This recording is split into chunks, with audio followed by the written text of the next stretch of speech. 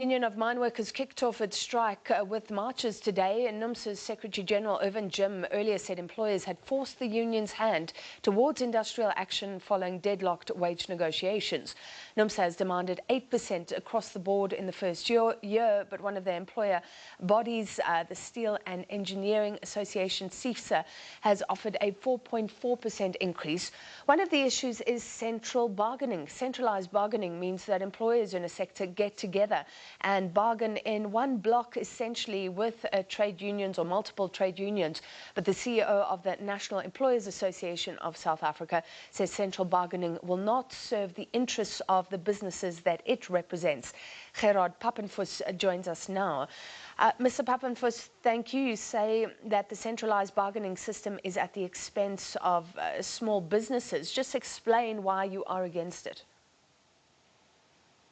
Well, we're part of the bargaining council. We are against the centralized bargaining model as it is playing out in the metal industry specifically.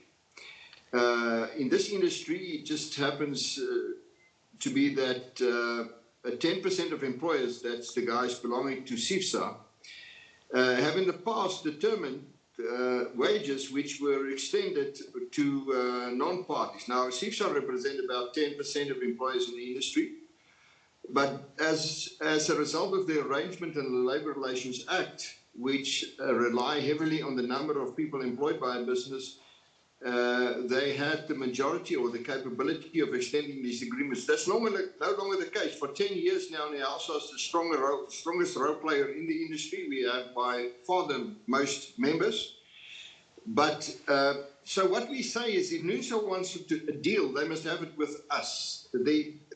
Never again will there be a dispensation where one body dictates the outcome of collective bargaining in the steel industry. So we've made an offer to Numsa of 4.28%, and what we said in that offer is that we will recommend an increase of CPI to our members. Now, what does it mean?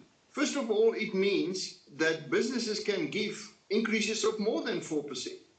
But our approach is that we cannot dictate to a business what they must pay. Each and every business has different realities. We determine its business, the capability of paying. So we say we will recommend. Now, what does recommend mean? When we recommend a wage, that counts for something. Businesses would do it to a large extent, except those who simply cannot do it. Now, Mr. Jim wants everybody into a single agreement.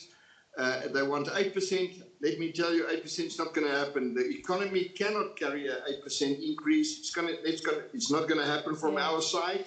Can I just ask? So, are your body and SABC's interests not aligned in some respects? Can't you stand together if it's only a recommendation that you're talking about?